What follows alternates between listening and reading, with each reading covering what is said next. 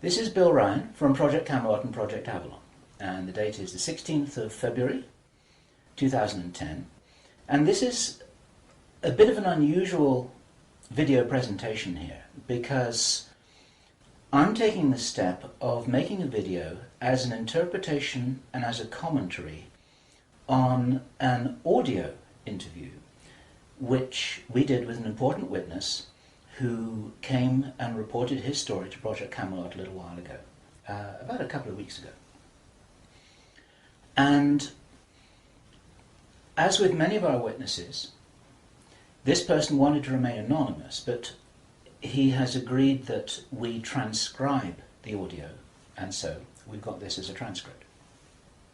And this is going to be released at the same time as the video because it's important to be able to read the transcript at the same time as you're considering what I'm saying about it here. And as we come into this story, you're going to understand exactly why it's important to get all the information, to hold it all into a very fine balance. Now, this is a British person, and he worked in the British military for a number of years. And after he retired from the military, he worked in the City of London, in a fairly senior position, in a respected position, in the City of London.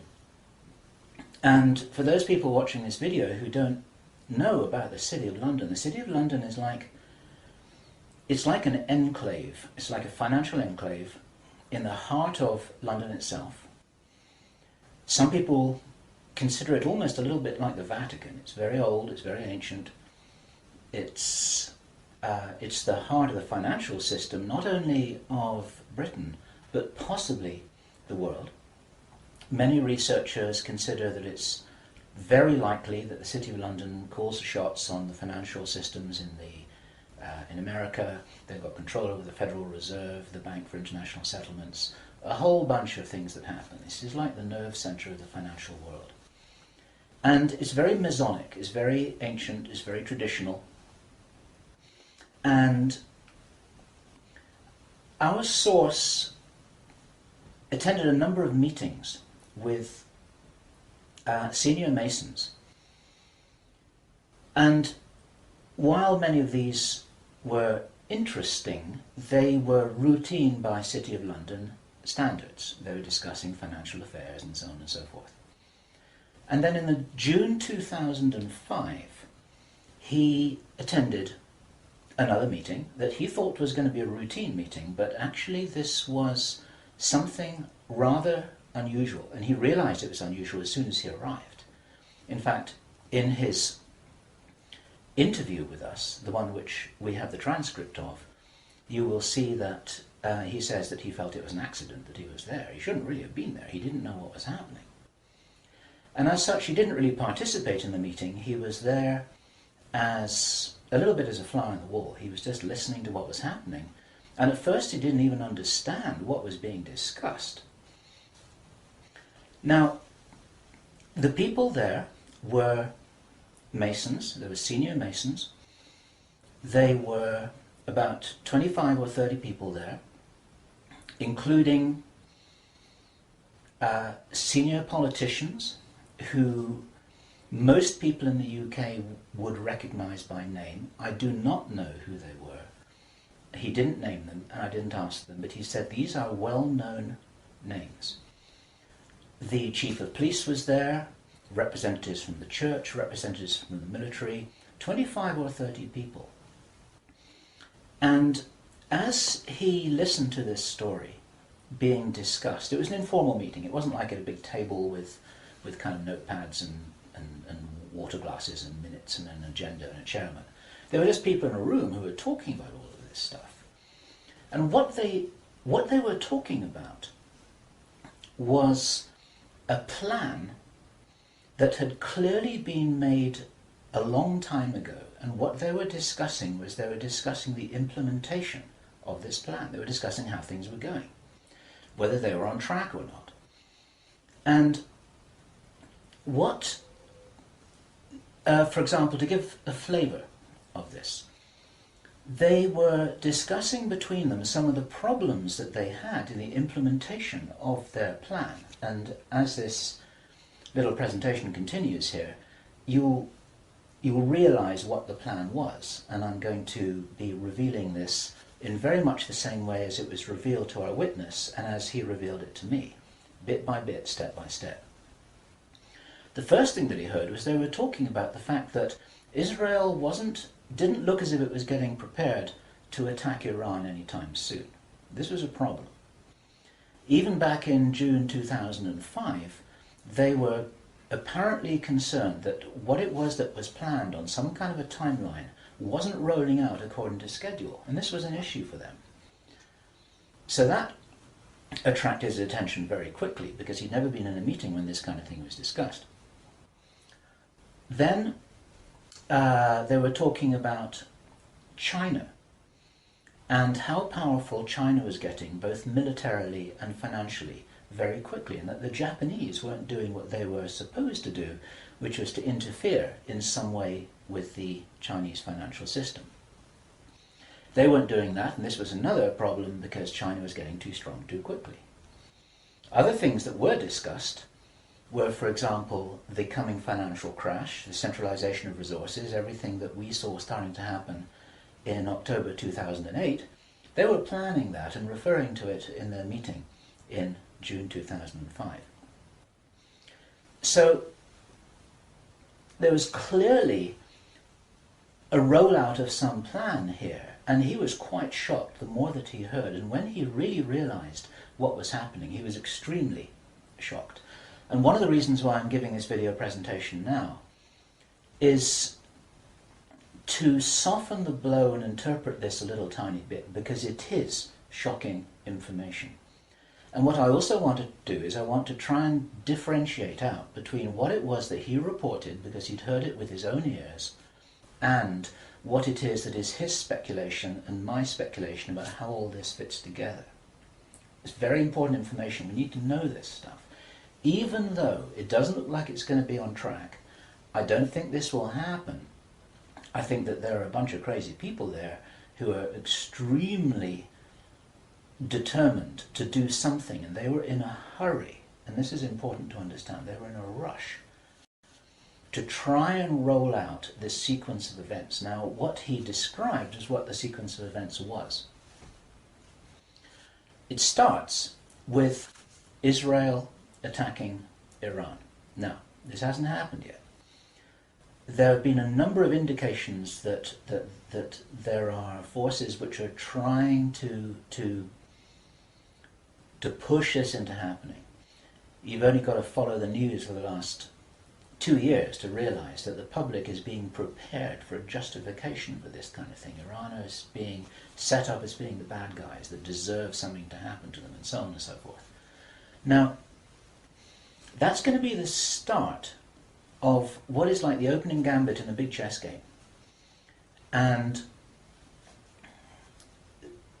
the plan is to provoke Iran or China to retaliate.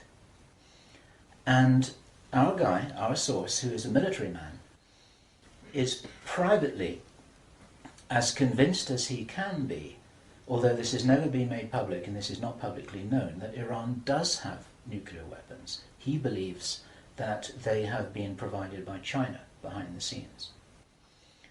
And all of this is intended because it's all right with these controlling forces that Iran has nuclear weapons, because they want them to be used.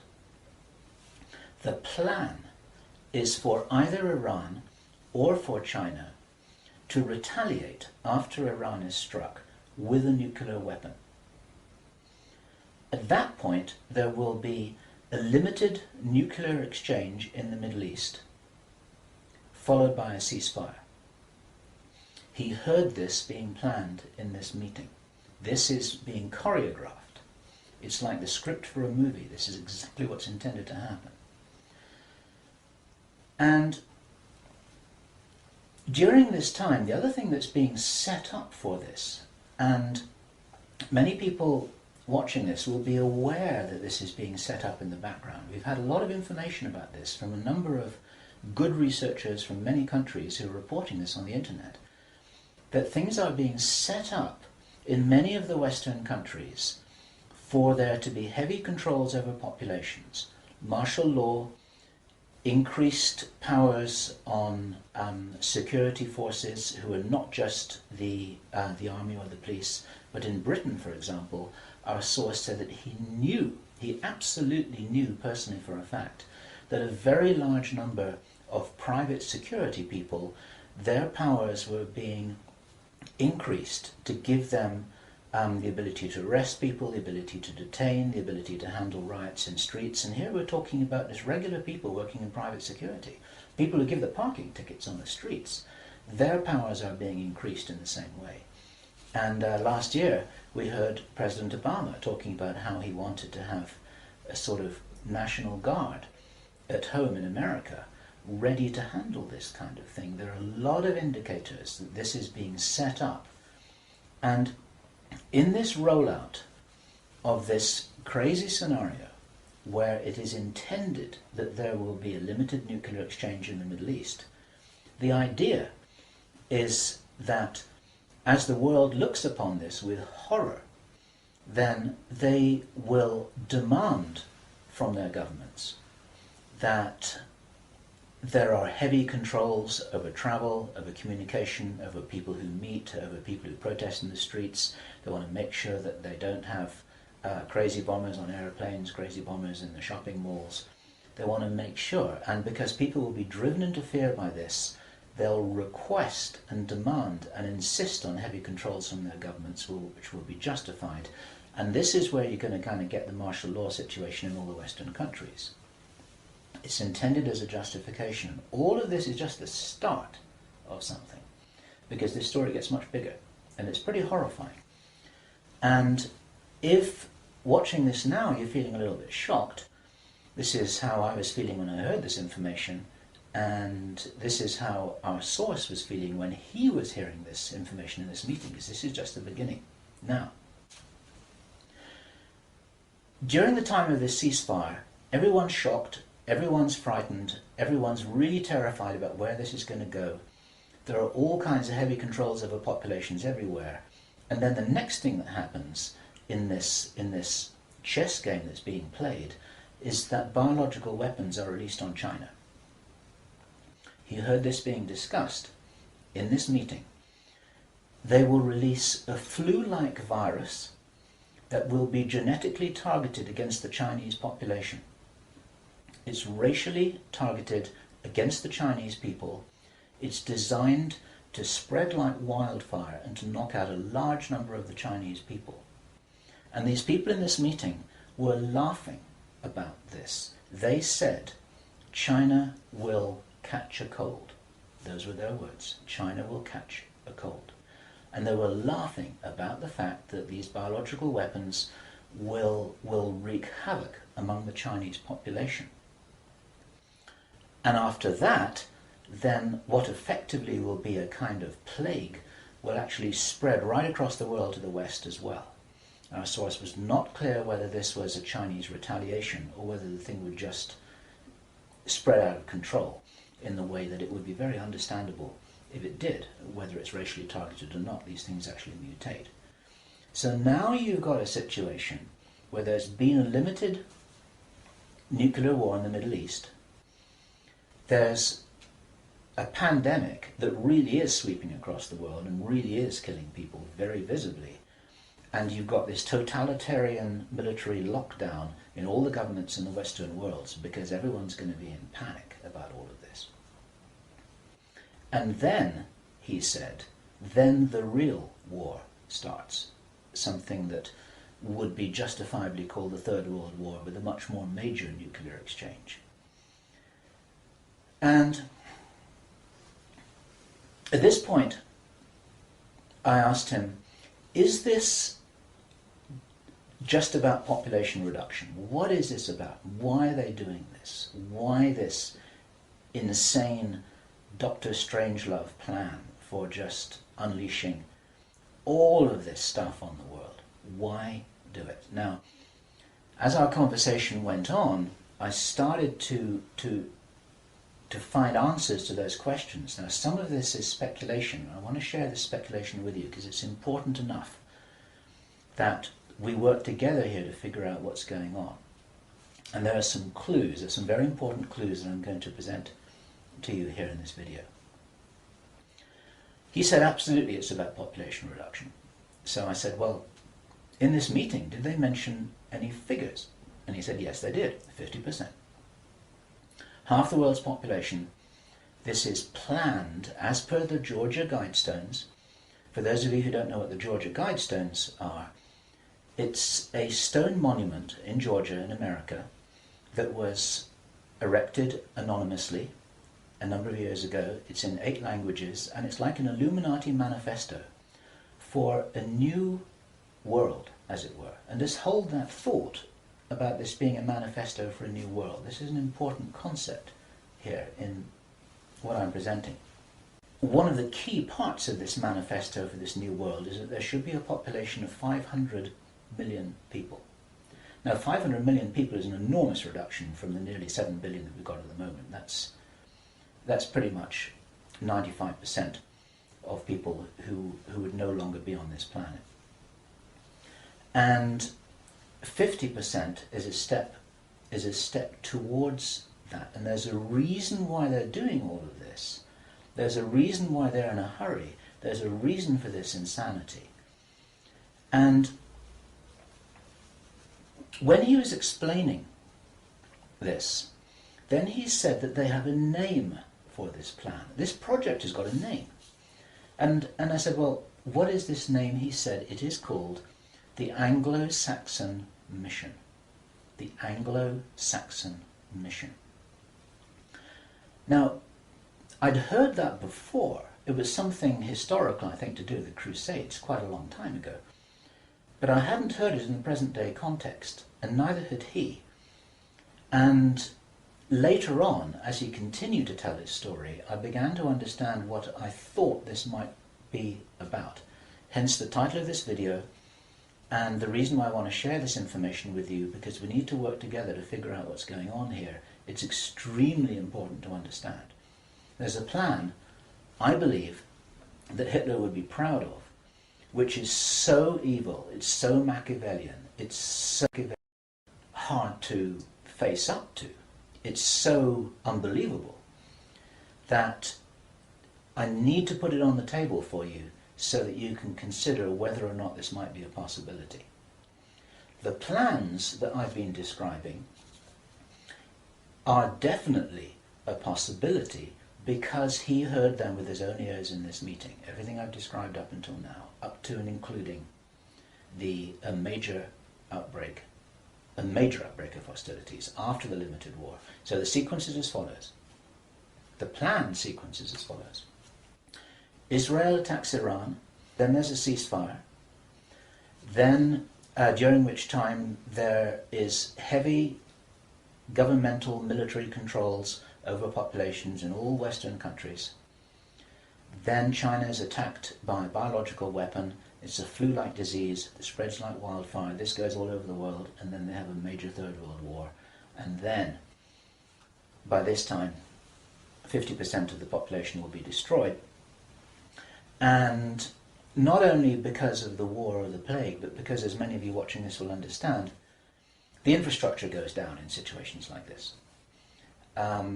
There's no food in the supermarkets, there's no gas in the pumps, the telecommunication goes down, there may not even be water coming out of the taps. People are kind of thrown back into a Victorian era without the facilities to handle this, because most people don't have their vegetable gardens, they don't have their horse and cart, they're not able to survive in the way that we used to be able to. We're very, very vulnerable in our technological advancement. We're extremely vulnerable, and of course the controllers know this. At this stage, our source was speculating about why are they in a hurry? Why do they want to do this? And there's a sort of heavy irony here, which is like, I was saying, well, if you're going to plan the Third World War, then why not take your time over it and get it right and do a really good job? You can, this could be in 20 years' time or 30 years' time, it doesn't really matter. Why is there in such a rush? And our source said that he felt from inside information he's continued to receive, that this is still timed for something around 18 months from now. And that puts it around about the middle of 2011. He doesn't know this for sure because these events aren't calendar driven, they're actually event sequence driven. In other words, this has got to happen before that happens, and then after that the next thing can happen, then after that the next thing can happen. So a whole lot of things have got to be in place before all the dominoes fall over, so to speak. And they seem to be behind schedule in some of this. There are some planned events that definitely haven't happened. One of the things which I remembered when I was hearing this story was that our source, Henry Deacon, and many of you who've watched Project Camelot videos and read their reports for the last 3 years will know that when we met Henry Deacon in 2006, he said that in his own inside information was that there would be a war against China in 2008. Now that didn't happen. And all this time, at that time it didn't make any sense, and even now it didn't make any sense. It's like, well, all right, but why do this? Why do this? Why do this? Now, this was his answer. And our source is a pretty smart guy. He's been in the military. It's a totally different story that he didn't debrief in our audio transcript, which you have the opportunity to read, but he's had his own ET experiences in the military. He's got his own sources of information about some of the background for this. He says that he's as sure as he can be that the people who are calling the shots in the world, you can call them the Illuminati, the controllers, the cabal, whatever name you have for them, they believe that there is going to be what he called a geophysical event, a major geophysical event. He says that the best information that he's got is that the insiders believe that this is going to happen, or they are concerned that this is going to happen. And many of you watching this will know that this isn't a completely crazy idea. There have been trillions of dollars that have been spent on deep underground bases for some reason which we don't know why it is. You will know about the seed bank in Svalbard. This is in the public domain, where all the seeds of all the plants and all the crops in the world have been buried deep inside a granite vault in northern Norway. There are many precautions being taken as if something might happen that could really threaten some of these valuable resources, including the seed banks of the world. Now, if there is going to be a geophysical event as they believe, this is because it seems to be preserved Illuminati inside knowledge, whether it's true or not, that there are repeated cyclical geophysical events about every 11,500 years.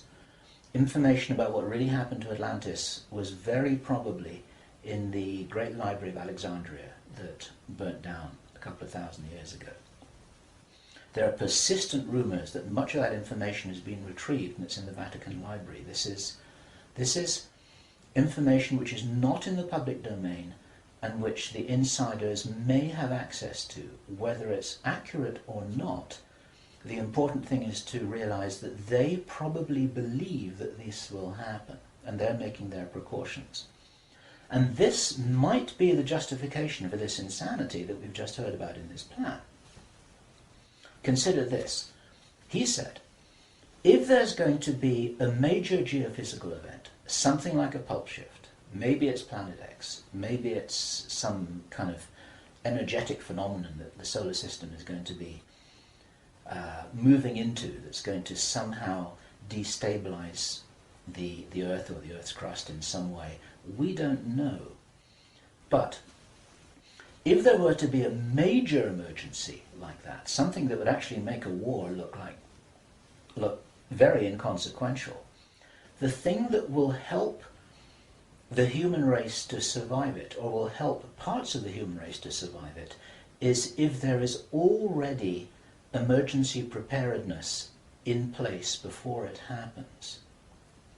In other words, if you knew that there was an emergency coming, if you knew, for instance, that there's a hurricane coming in to hit your city, then you put all the emergency preparedness in place beforehand. You have the troops ready, you have the infrastructure ready, you have the military ready, you have everything that you need ready to handle this situation so you can respond and react and recover in the best possible way. Our source suggests that the reason for this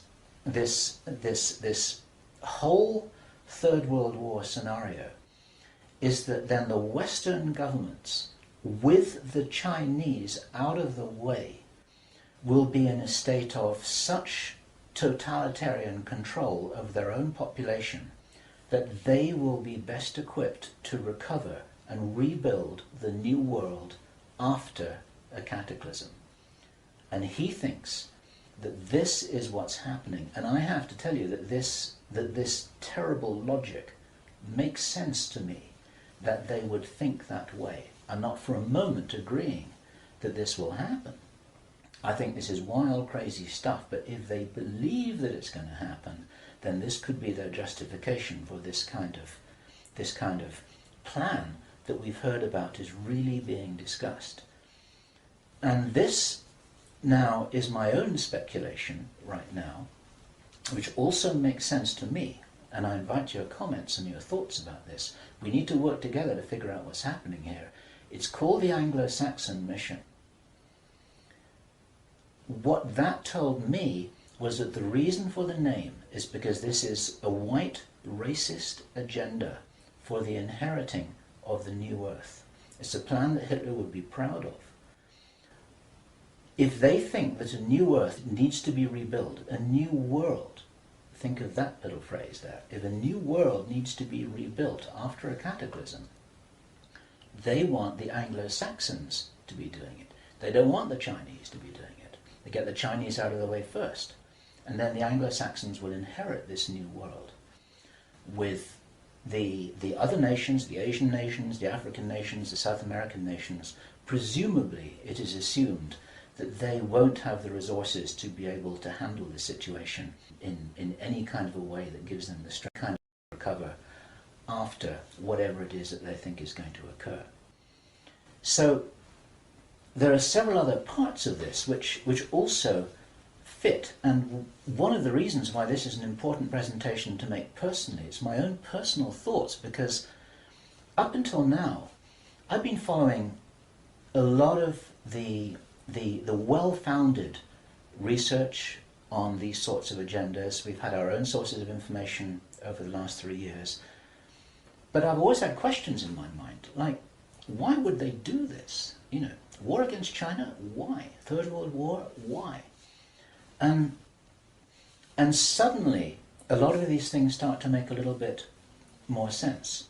It's possible, for example, that when we heard from Jordan Maxwell in our interview with him, which we did at the end of last year, 2009, he described to us how he had researched a number of repeating symbols and images that had been used ever since the time of Hitler, and even long before that, about the dawn of a new day. There's something very important in Masonic and Illuminati thinking about the dawn of a new day. And here we have possibly the reason for their belief that if you think about the possibility of a cataclysm, if they think this is really going to happen, the 2012 movie that many of you will have seen, after all of the flood and all of the earthquakes and tsunamis, then you've got these big ships sailing across a calm sea with the sun streaming through the clouds, and you've got the dawn of a new day, and the implication in that movie is that now those people will be able to rebuild the new earth because those are the survivors. It's the modern day Noah's Ark. It's possible that the dawn of the new day, that it refers to that. And it even occurred to me, and I'd be interested for other researchers to offer their views on this, that the very term the New World Order that we first started to hear about 20 years ago, actually longer ago than that, but the New World might be the post-cataclysmic world, the New World. It might be the order for the New World after the cataclysm. They may be planning who will inherit the new world. It may be nothing less than this. Maybe this is what the new world order is all about. It really is the order, the plan for the new world that they think is coming. They think this is going to happen. Now, I say again, it's very, very important to differentiate out all of this information here. I don't believe this is going to happen at all, but they might be doing something crazy to try and safeguard what they believe is their own interests. This is what we need to be aware of here. And what I want to do is I want to just state really clearly why there are profound reasons for not believing that anything like this is going to happen. There are a lot of things that haven't happened which were intended to happen. Many of you will remember I think it was the 30th of August 2007, there was a B-52 bomber that flew halfway across America from Minot Air Force Base to Barksdale Air Force Base in Louisiana with 6 armed nuclear cruise missiles on its wingtips, something that could never happen by accident. It was illegal, it should never have happened. You can't even smuggle a bullet out of the weapons storage area in an Air Force Base without there being a whole bunch of signatures and everybody knowing about it, let alone making the mistake of loading armed cruise missiles onto a B-52 bomber with nobody noticing it. There was a reason why that happened, and that was actually prevented from going any further. It stopped at Barksdale in Louisiana. Some very brave airmen blew the whistle on that, and they did their job, and they reported it up the line. It appeared very, very briefly in the mainstream media, and after that it was completely covered over, and everyone said it was a mistake. That was no mistake. There was a reason why they did that, and what many of you don't know is that at that same time, at the end of August, a group of anonymous investors bet $2 billion that the stock market would fall by 50% before the 21st of September 2007. They stood to gain $4.5 billion if their bet had succeeded. These were what are known as put options. And the insiders in the stock market, they call them Bin Laden trades. It's a sort of ironic description because of the betting that took place around about 9/11. Okay, those people lost their bet. It didn't work. The plan didn't work. The stock market didn't fall. The bomber never went any further. And for all we know, that was intended to be the start of the Third World War. It never happened. Okay?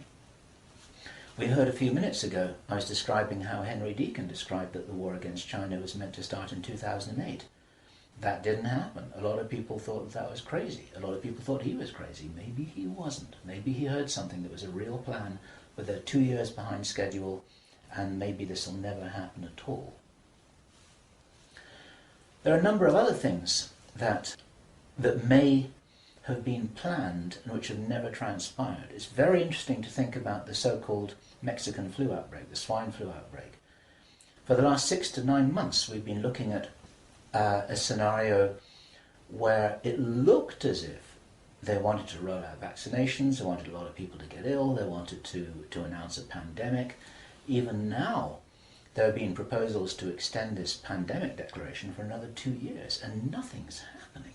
In England, we call it a storm in a teacup. There's nothing happening here. But maybe something was intended. Now, if it wasn't intended, it's possible that all of that could have been some kind of a test, just to see how people respond, to see how people react, to see how quickly it spreads, to see what the take-up of the vaccinations will be. And then, of course, us at Project Camelot and a number of other people who've been activists in this whole area trying to draw attention to all of this, now we're all on a database. They know who's going to stand up and start talking about all of this stuff. So it might have been an experiment, or it could have been a failed rollout of something. There's plenty of reason to believe that things are changing. This is the important thing. And those of you who've been following the work of David Icke, this is an important perspective here, because we support his work fully, in as much as he makes a beautiful presentation and he starts off by saying, we are infinite consciousness. there are many ways to put this, but it's very hard to disagree with that. We're immortal, godlike beings who've long ago forgotten what our power was. The potential of consciousness is enormous. It's very important to realize that how powerful we are may be the single most important component in this whole picture that enables us to save the day. This may be what it's really all about. Admiral George Hoover, who died in 1998, he was in the Office of Naval Intelligence in the US Navy. He talked to researcher Bill Burns, the editor of UFO magazine, and Bill Burns described this conversation with George Hoover to George Norrie from Coast to Coast AM. And what Admiral George Hoover told Bill Burns was the biggest secret according to what the American Navy had found out. Very, very interesting story. They were talking about the Roswell visitors, and Admiral George Hoover said that these visitors were us from the future. They were time travelers. They weren't extraterrestrials. Now, other researchers and whistleblowers have spoken about the same thing, and this is fascinating in itself. But what Admiral George Hoover said the biggest secret really was, it had to do with the abilities and the power of the consciousness of these travelers. Because they were us from the future, what the military authorities had found out was what humans are really capable of. And he said that this had been buttoned up really tight, because if we knew how powerful we really were, how powerful we really could be, then we would, in his own words, cause chaos around us, and this could never be permitted. We could rearrange the reality around us in the way that we wanted to, in the way that, if this is real, that the future humans have learnt how to do, which gives them access to these sorts of incredible abilities, such as Philip Corso, in his book The Day After Roswell, described in some detail how his understanding was that the way the craft works was they were like an amplification of the pilot's own consciousness. It was their consciousness, it was their ability to travel and bilocate that was amplified by the craft, and that actually all of these abilities are basically abilities connected with the consciousness of the beings themselves. And if they are us, this is the message for all of us here. We're being deliberately dumbed down. Our food is being poisoned. Our children are being lied to in the schools. We're being fed propaganda in the media. We're being forced into this tiny little box. We're being kept busy with game shows and ball games, and we are discouraged from really finding out what it is that is our heritage on this planet. Eric von Däniken has just published a book which is called History is Wrong. There's so much which we are denied. George Green describes that we are known as the useless eaters, this surplus population of billions of people, with a tiny number of people at the top of the heap who are dependent upon us to police each other and to laugh at each other and to stop each other from getting out of line, because we're encouraged to conform to how we're meant to be. And so there's this straitjacket that there's the opportunity for us to break out of, and it's this straitjacket which has been deliberately put in place by these very people who've been creating this plan. Where this plan originates from, it's very interesting to speculate. Our source told us that this has been in place for a long time. He first heard about the Anglo-Saxon-mission as long ago as 1976. The Illuminati symbolism about the dawn of a new day has been going on for a long time. Many people think that this plan requires such a superhuman level of intelligence and strategic understanding, and is so ruthless and so cold, that the logic suggests, and David Icke says this, Jordan Maxwell says this, we say this ourselves with full agreement, that this didn't come from a human source. People aren't capable of doing this against other people. There's something else behind this. We have to think big. We have to think from the highest spiritual viewpoint that we possibly can do. That these people shouldn't be fought. What must happen is we just withdraw our consent from these things that are being done to us, from this plan that we're part of, and as I was saying just before, if you're in the military or if you're in intelligence services, withdraw your consent from this, because these plans can't happen without it. There's something about the Illuminati and the way that they're operating that is very limited. They're using force, they're in a box, they're trying to counter what everybody I know is recognizing and referring to as a huge expansion of consciousness all over the world, an expansion of awareness. We get emails every day from people, often very young people, who are saying, I can really see what's happening in the world. Tell me what to do about this, but I'm ready. I'm ready to do something. I'm ready to do whatever it was that I came here for. I don't know what that is yet, but I know that we've got big problems. 20 years ago, people weren't saying that kind of thing. There's a huge rollout of some kind of an expansion of consciousness. It's a morphic field that's growing enormously. And there's something that's changing. And my personal belief is that this is certainly being supported by benevolent non-human agencies, let me put it this way, who know about this kind of plan. They don't know whether it's going to happen or not, but they know that it's being planned.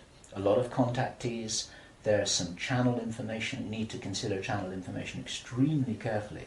But there is channel information, and there are contactee reports that all talk about scenarios like this and how we must be wary, how we must be careful, how we've got to guard against it, how we've got to insure against it, how we've got to be prepared for something like this.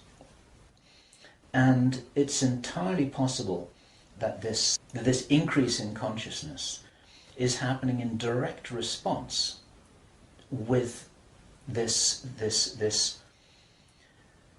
escalation of violent, forceful plans. It's like, as I've often said in my own presentations in the past, it's a little bit like a movie script itself, where you've got everything building up to a climax of the forces of evil and the forces of consciousness just kind of getting ready for some kind of final confrontation. Now, I'm not trying to be biblical about this, and I know that this situation which I've just been describing is a little bit like the Armageddon War, but I do not believe that this kind of thing will actually come about. As I've said many times before, there's an interview which I did on Freedom Central, which you'll see on the Camelot site, where I say the single strongest reason that I have for not believing that anything is fixed, that we're all doomed, that anything really bad is going to happen, although I think we've got a lot of problems to solve, is because I wouldn't be here, and neither would you watching this now. I'd have incarnated on another planet. I'd have gone somewhere else. I'm not going to go and sit here in the firing line with no possible way of escaping. There's a job to do here, and many of you watching this will be aware of the fact that we're here to do jobs. It's what Dolores Cannon calls volunteers. We may be here for a reason. We may be here to help catalyze this increase in consciousness, and that's what's going to prevent this kind of thing from happening, because if we do not agree that this is the future that we want, then that's not what we're going to experience. We do all co-create our reality, we do all have a part in it, and I profoundly believe that by becoming aware of these plans, this is the way that we avert them. There's a difference between prediction and prophecy. These are two words in the English language that are easily confused with each other. Prediction and forecasting is saying, okay, in 3 months' time, this is what's going to happen because this is what the data leads us to conclude logically. That's all about forecasting and prediction. A prophet does something different, and it's a word to be used with care because it's often misused, it's often misunderstood, and it's like a biblical term, and some people react against it for that reason. But what a prophet always used to do was to say, listen, if we don't wake up and if we don't take action, then this is what's going to happen. And the purpose of the prophet giving this prophetic warning is not to warn people that it will happen, but to say, listen, you got to change something here. You got to change the way you're doing things. You got to change the way that you're being. You got to change the way you're interacting with each other. You got to change your whole attitude. Whatever it is that you change, then the purpose of the change is so that this prophesied event doesn't happen. And so what we have here is we have a kind of prophecy. It's not a prediction. And I'm using this word very, very carefully because the reason why I'm making this statement, the reason why we're releasing this information is to make sure that this doesn't happen. What are we going to do with this information? It's going to be translated into every language that we can. The video is going to be subtitled in Chinese, Arabic, Russian, Spanish, every other major language. I want this video to be picked up by the Chinese. I want this to be escalated up the line. The Chinese are very sensitive about videos that refer to them, especially ones with Chinese subtitles. This will be reported right up the line to Chinese intelligence, to the Chinese military commanders. And the reason for that is because, first of all, if this is nonsense, it doesn't matter. Okay. But if this is a really serious threat, then those are the guys who need to know about it, because their first nuclear response, which is designed to be provoked, is the thing that actually sets this whole thing on fire. And so, to any Chinese military commanders who are listening to this, don't do it. Okay? None of us must do anything here that is in alignment with their plans. There's a wonderful scene in the Avatar movie that I loved so much, which was when the woman helicopter pilot who was ordered to fire her weapons at the big tree, she's just about to fire, and then she says, I didn't sign up for this. And then she turns around and she goes home. She's not going to be part of this. There are many people in the military who never signed up for anything like this. There are many people in the intelligence services, they're never signed up for anything like this. They signed up when they were young, thinking that they were doing the best thing for their country, thinking that they're doing the best thing for mankind. They're not all evil at all. And so as a direct message to those of you in the military and the intelligence services who may be watching this or may have had this brought to their attention, you don't have to do this stuff just because you're told. You need to support what's best for the human race. You don't need to follow orders if it's going to lead to a huge destruction here, which is in no one's interests apart from the controllers who have an agenda of their own, and that agenda doesn't feature you and me, that's for sure. Okay, so that's the end of my presentation. I want you to consider this information. I'm not urging you to believe it. I want you to research it. I want you to check it out. I want you to read the transcript carefully, and I want you to see whether this correlates with anything else that you know and understand that's come to your attention. We're all working together here. We're not trying to force you to believe anything at all. We need to be careful about this information, but at the same time, if there's any chance that this is true, if there's any chance that this is for real, then we have to know about it, okay? And if you are not sure what it is that you should be doing, then I say the same thing that I always say, which is do whatever it is that you came here to do, because most of you watching this video are here for a reason. I do understand that you may not know what the reason is yet, but you're probably here for a reason. You're probably watching this video for a reason. Do whatever it is that you came here to do. This is Bill Ryan, Project Avalon, Project Camelot, It's the 16th of February, 2010. Thank you. What we don't know about the situation at Roswell is whether these were extraterrestrial, whether they came from a hollow earth, whether they came from another dimension. We don't know this, right? We don't. The only clue that I had was from this naval officer. He was from the Office of Naval Intelligence, ONI, called George Hoover.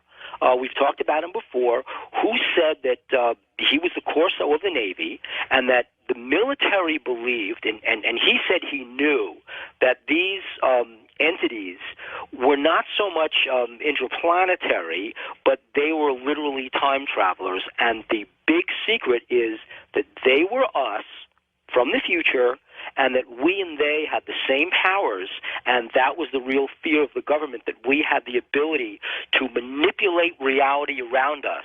We've always had that ability. We just didn't know how to use it. And if we ever learned how to use it and we're not ready for it, we would cause chaos. And that was the big secret that the Navy eventually found out.